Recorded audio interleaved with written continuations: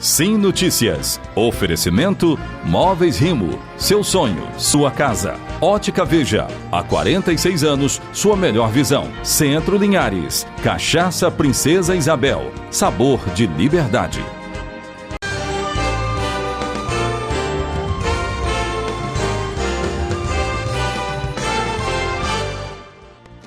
Olá, chegou a hora de ficar bem informado. Nosso Sim Notícias começa agora trazendo para você os principais assuntos de toda a nossa região. Veja agora, na edição desta terça-feira.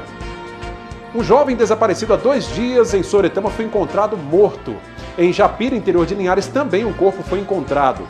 O projeto itinerante Detranzinho realiza ação educativa em Linhares e Colatina. O Departamento de Alimentação da Prefeitura de Linhares começa a retirada do açúcar do cardápio da educação infantil. A vacinação contra a Covid-19 avança em São Mateus e João Batista traz este e outros destaques. Em Linhares, quem recebeu a vacina da Pfizer está sendo chamado para receber a segunda dose do imunizante. Veja também os destaques do nosso esporte. Estes e outros assuntos agora aqui na sua Rede Sim de televisão. Essa é da Terra.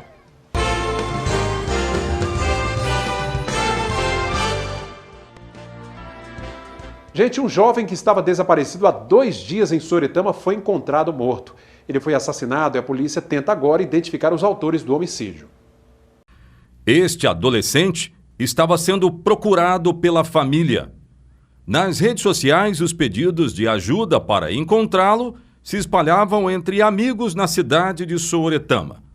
O pedido de ajuda veio junto com o relato de desespero da mãe de Alexandre de Jesus Ramos. Ontem, a notícia do encontro foi trágica. Alexandre, que estava desaparecido desde o dia 8 deste mês, foi encontrado sem vida na tarde desta segunda-feira. O corpo dele foi encontrado numa cova rasa, numa região conhecida como Matinha. Alexandre foi vítima de disparos de arma de fogo, já disse a perícia. Todos os disparos atingiram a cabeça da vítima. O corpo foi recolhido e trazido ao Serviço Médico Legal de Linhares. O que mais pareceu aos policiais é que o local onde o corpo foi encontrado tem servido de uma espécie de tribunal do crime, onde vidas são tiradas. Até agora, autoria e motivação do crime são desconhecidas da polícia. Numa entrevista dada pelo delegado que atua na cidade de Sooretama, Fabrício Lucindo confirmou que existe sim uma briga entre grupos rivais que atuam pelo controle do tráfico de drogas no bairro Salvador, em Sooretama. Existem grupos ali em cada uma daquelas regiões ali de Sooretama, regiões periféricas de Sooretama, que às vezes entram em atrito por conta de algum desajuste no tráfico entorpecente. E acontecem essas mortes. Nós conseguimos em alguns locais, em alguns pontos de Sooretama, a gente acabou com determinada violência que acontecia lá. Em outras, infelizmente, está crescendo, mas nós vamos agir para poder reduzir a criminalidade e botar esses bandidos na cadeia. Com este caso na cidade, em menos de uma semana, 3 homicídios foram registrados, elevando o número da violência para 12. No ano passado, foram 7 no mesmo período. Quem puder ajudar a polícia a identificar os suspeitos desse crime, ligue para o Disque Denúncia 181. Em Japira, interior aqui de Linhares, o corpo de um homem também foi encontrado nesta terça-feira. Veja este assunto. Além disso, a negativa da Justiça de pôr em liberdade o vereador Valdeir de Freitas, num rápido giro de notícias agora. Em Japira, região rural de Linhares, foi encontrado um corpo em adiantado estado de decomposição. De acordo com um relatório policial, um trabalhador rural informou que por volta das 6 da manhã desta terça-feira sentiu um mau cheiro e viu urubus voando próximo ao local onde encontrou o cadáver. Devido à decomposição do corpo, não foi possível detectar sinais de violência. Ainda não se sabe a causa da morte. Não foi encontrado nenhum documento no local e o corpo foi levado ao Serviço Médico Legal de Linhares. A Justiça negou o pedido de liberdade do vereador acusado de ser o mandante da morte do ativista político Jonas Soprani. Valdeir Freitas está preso desde o último dia 29 e foi detido em Belo Horizonte quando participava de um congresso para vereadores. Obrigado aí ao repórter Enzo Teixeira pelos destaques. Linhares e Colatina recebem nesta semana uma ação do projeto Detranzinho Itinerante, formado pela equipe de educação do Departamento Estadual de Trânsito, Detran Capixaba. O objetivo é conscientizar a população e promover a segurança no trânsito. Até esta quarta-feira, a equipe realiza abordagens em ruas aqui de Linhares, abordagens educativas. Já na quinta-feira, será a vez de Colatina. A expectativa do projeto é fazer abordagens a cerca de 2.000 pessoas nas duas cidades. Começou o processo de retirada do açúcar do cardápio de crianças com até 3 anos de idade da Rede Municipal de Ensino de Linhares. Olha, essa mudança deu trabalho ao Serviço de Nutrição Escolar e está sendo colocada em prática gradativamente. O novo cardápio trará diversas mudanças importantes na dieta dos alunos. A principal delas é a retirada do açúcar da alimentação escolar para crianças com até 3 anos de idade. É um momento desafiador, né, para todos nós. Realmente a elaboração do cardápio foi bastante complexa, né, visto que essas crianças muitas vezes já têm um contato com açúcar, né, mas é uma mudança muito importante, principalmente porque o Ministério da Saúde já vem preconizando que as crianças nessa faixa etária elas não tenham contato com açúcar, né? Então essa adesão da merenda escolar foi extremamente importante, essa mudança. Mas é claro, essa mudança vai acontecer de forma gradativa, com a inclusão de frutas, aveia, uvas passas e outros alimentos saudáveis para não ter tanto impacto no paladar das crianças. Então, a gente inseriu no cardápio, né, mais preparações de frutas, né, bolos com frutas, né, utilizando a banana, a uva passas, que também tem um poder adoçante importante, utilizando também a maçã para adoçar o suco de polpa de frutas, né, para a gente tentar, de uma forma gradativa, auxiliar nessa formação de hábitos das crianças. E é papel dos pais contribuir com essa mudança também fora das escolas. O papel dos pais nesse processo é essencial, porque a criança que tem o contato com açúcar em casa, quando ele chegar na escola e provar um alimento sem açúcar, com certeza a recusa dele vai ser muito maior, né? E também os lanches que os pais levam, né, de casa para as crianças na escola. Não adianta a escola fazer o papel dela de oferecer uma alimentação mais saudável e os pais enviarem alimentos industrializados, ultraprocessados, né? E a gente sabe também que as crianças acabam incentivando os pais a melhorarem os hábitos também, né? Então a gente acredita que essa mudança vai proporcionar para a população geral uma melhoria de hábitos alimentares. Outra mudança no cardápio será em relação aos alimentos ultraprocessados, como os embutidos, por exemplo. A gente deve adotar um estilo de vida mais saudável, com alimentos mais in natura possível, né? A gente sabe que os alimentos ultraprocessados contribuem para doenças, o aparecimento de doenças e da obesidade também, né? A gente já tem um número de crianças obesas bastante expressivo, né? Tá aí uma excelente iniciativa, né? Não só as crianças, mas nós adultos também deveríamos abolir o açúcar do nosso cardápio. Difícil, né? Nos acostumar sem ele, mas é importante abrir mão. Gente, vamos ver como fica o tempo nesta quarta-feira, ainda de inverno, em nossa região.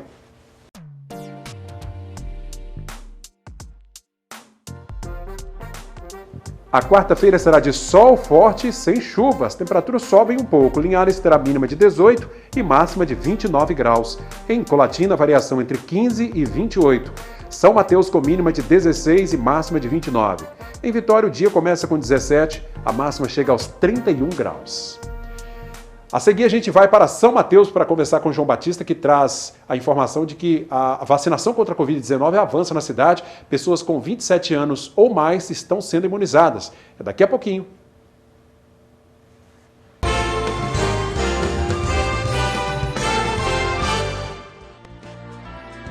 De volta agora com o nosso segundo bloco. São Mateus também avança no plano de imunização contra a Covid-19 e vem reduzindo gradativamente a faixa etária de vacinação. Por isso nós vamos para lá, vamos conversar com João Batista sobre este assunto. Olá, João, bem-vindo mais uma vez. Boa noite, Cláudio. Boa noite, amigos que acompanham o Sim Notícias. Com a chegada de mais vacinas, as pessoas com 27 anos podem ser vacinadas. O secretário de Saúde destaca a importância de só reduzir a idade com imunizante suficiente para atender a demanda. São Mateus agora, a partir de hoje, a gente já declina a faixa etária para 27 anos acima. Por que a gente faz dessa forma? Vai diminuindo a faixa etária com idades não superiores a 1 ano, porque a gente possui o imunobiológico, ou seja, as vacinas disponíveis para atender esse público. Porque se a gente pegar hoje, a exemplo da faixa etária de 18 a 24 anos, nós temos uma população estimada de 7.468 pessoas. Ou seja, hoje está chegando aí pouco mais de 4.000 doses, quase um total de 5.000 doses, mas incluindo 3.600 doses relativo à dose 2. Ou seja, daquela população que tomou a primeira dose precisa fazer a segunda dose. Então, para a dose 1, nós vamos ter aí 1.900 doses, né? Para fazer desse público que ainda não tomou nenhuma dose. Então, por isso que a gente diminui a faixa etária com segurança. Ainda segundo o secretário, existem algumas cidades reduzindo a faixa etária sem ter a vacina. Quando as pessoas chegam no local, precisam fazer agendamento. E a Secretaria de Saúde do município tem evitado usar esse método de atendimento à população. Para que a gente garanta a dose para aquele indivíduo que chegar com a faixa etária para o qual nós abrimos a vacinação, não ter que agendar ou ficar sem receber. Então, por isso, essa nossa garantia, essa nossa segurança, esse nosso cuidado. Garantir aquele indivíduo a vacinação, porque não adianta eu involuir a faixa etária e chegar lá o indivíduo não ter a dose. Isso é traumatizante, isso é estressante. A gente abre precedente para o indivíduo ir nos meios de comunicação e fazer reclamação, ou em ouvidorias e fazer a reclamação. Então, por isso que em São Mateus, a Secretaria de Saúde tem esse cuidado de ofertar o imunobiológico, mas tendo ele na rede de frios. O secretário ainda afirmou que, apesar do cenário favorável, é preciso ter todo o cuidado. Alertou alguns setores que acabam organizando eventos que causam aglomeração. A doença ainda circula nos territórios, nós precisamos nos prevenir. A doença, ela é mutável, ela é multifacetada, a gente precisa entender ainda melhor o comportamento da doença nos ambientes, nos territórios. Então, a ciência galga, corre, acelera, mas nós, indivíduos da sociedade, ainda precisamos fazer a nossa parte. A gente verifica, por exemplo, as atividades do comércio.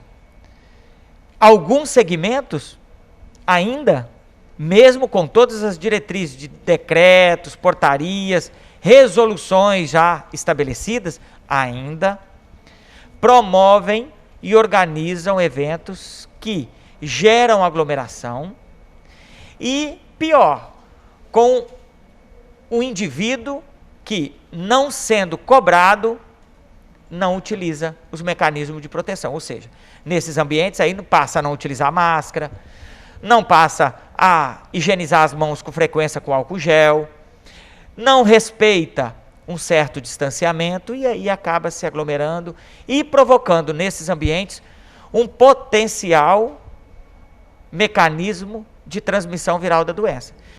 Mudando de assunto, no Sinotícias desta segunda-feira, nós falamos sobre a denúncia do Ministério Público contra o prefeito de Montanha, André dos Santos Sampaio, do PSB, que está sendo acusado pelo Ministério Público de ter usado dinheiro da prefeitura para fazer uma viagem ao Nordeste juntamente com 2 funcionárias. Os valores gastos chegaram a R$ 14.600, segundo o Ministério Público. O prefeito André Sampaio respondeu ao nosso jornalismo se posicionando a respeito dessas denúncias. Eu queria primeiro agradecer a oportunidade que vocês estão me dando de poder falar um pouquinho sobre a recepção da denúncia que o Ministério Público fez em Montanha sobre a viagem de Canindé. Eu quero falar que entendo, né, a relação dele, ele tem entendimento de que a viagem não foi de interesse público. No entanto, né? A montanha tem uma represa linda que foi construída ainda na gestão passada, onde a própria gestão fala de turismo, e nós precisamos fazer um turismo diferenciado. A nossa cidade é uma cidade pequena, no interior do estado do Espírito Santo, e não dá para pensar em turismo de profissional fazendo mais do mesmo no dia a dia. Segundo o prefeito, o objetivo da viagem foi buscar informações que possam ajudar na implantação de um sistema de turismo profissional na cidade. Fomos e voltamos e entendemos ainda mais que não dá para o município gerenciar sozinho essa estrutura, muito pelo contrário.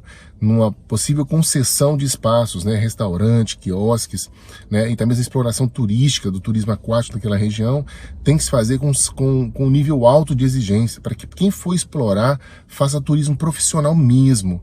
E foi isso que nós fomos fazer lá. Falar do valor, falar da viagem, está no direito dele, o Ministério Público pode questionar, né? E nós temos total condições de explicar e falar. Quem vai dizer, na verdade, o resultado das nossas ações é os nossos resultados. Depois que nós fizemos todo esse contato, nós dividimos ela em 3 fases. Uma fase prioritária dela agora nós conseguimos com o governador Casagrande, que é dividir ela em 3 fases. A primeira é retirar 60 famílias que estão abaixo da barragem na área de risco. Até então, a proposta da última gestão é fazer a barragem, fazer a estrutura turística dela, né? Ou a parte de paisagismo. Mas as famílias, 60 famílias, vão ficar ali ainda debaixo, morando em condições precárias. Cláudio, esses foram os nossos destaques de hoje. Voltamos ao estúdio aí em Linhares com você. Uma boa noite a todos e até amanhã, se Deus quiser. Agradeço, João, pela participação. Até a próxima edição do Sim Notícias.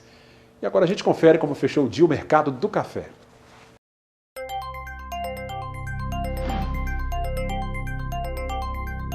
O Arábica tipo 6, cotado a R$ 899 a saca.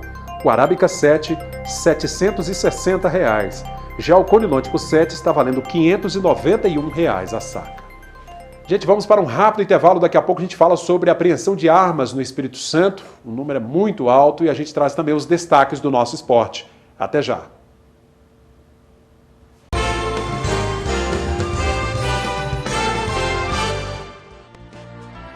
De volta agora com o nosso terceiro e último bloco. Cidades da Grande Vitória lideram o ranking de apreensão de armas de fogo aqui no Espírito Santo. Entre janeiro e julho de 2021, as forças de segurança do Espírito Santo apreenderam 2.499 armas de fogo dos mais diversos calibres. O número é 9,7% maior que o registrado no mesmo período de 2020, quando 2.277 armas foram retiradas de circulação.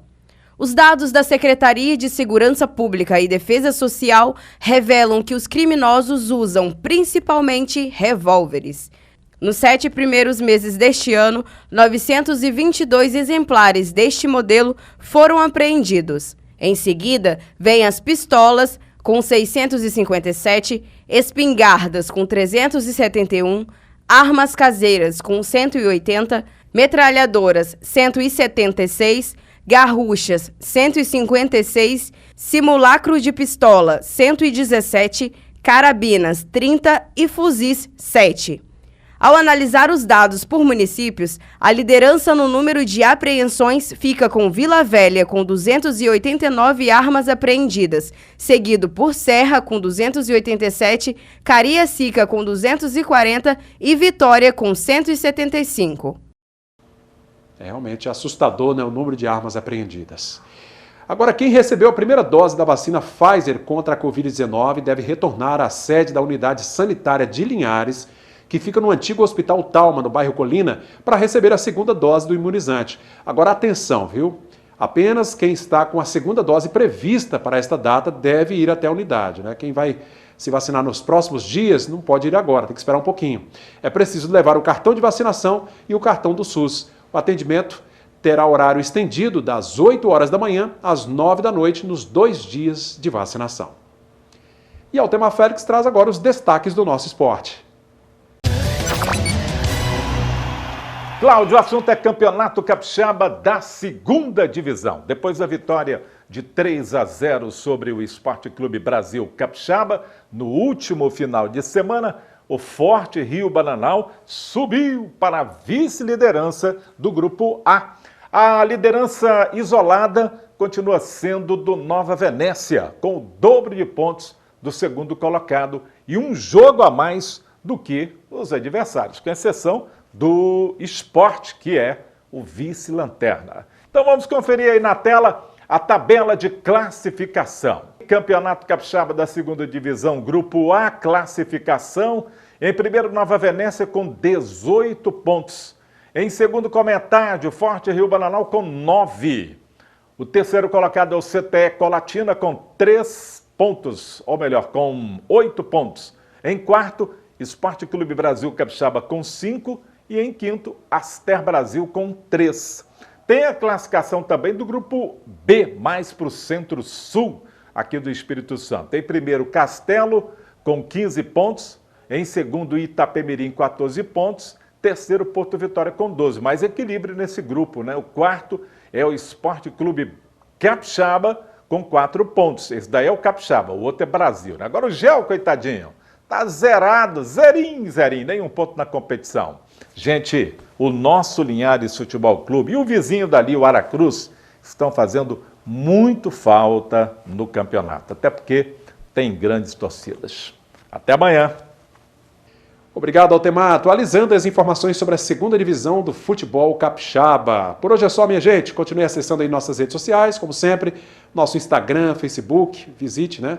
O nosso canal também no YouTube, Rede Sim ou TV Sim Oficial, e o WhatsApp, que é o 996224547. Rede Sim de televisão, essa é da terra.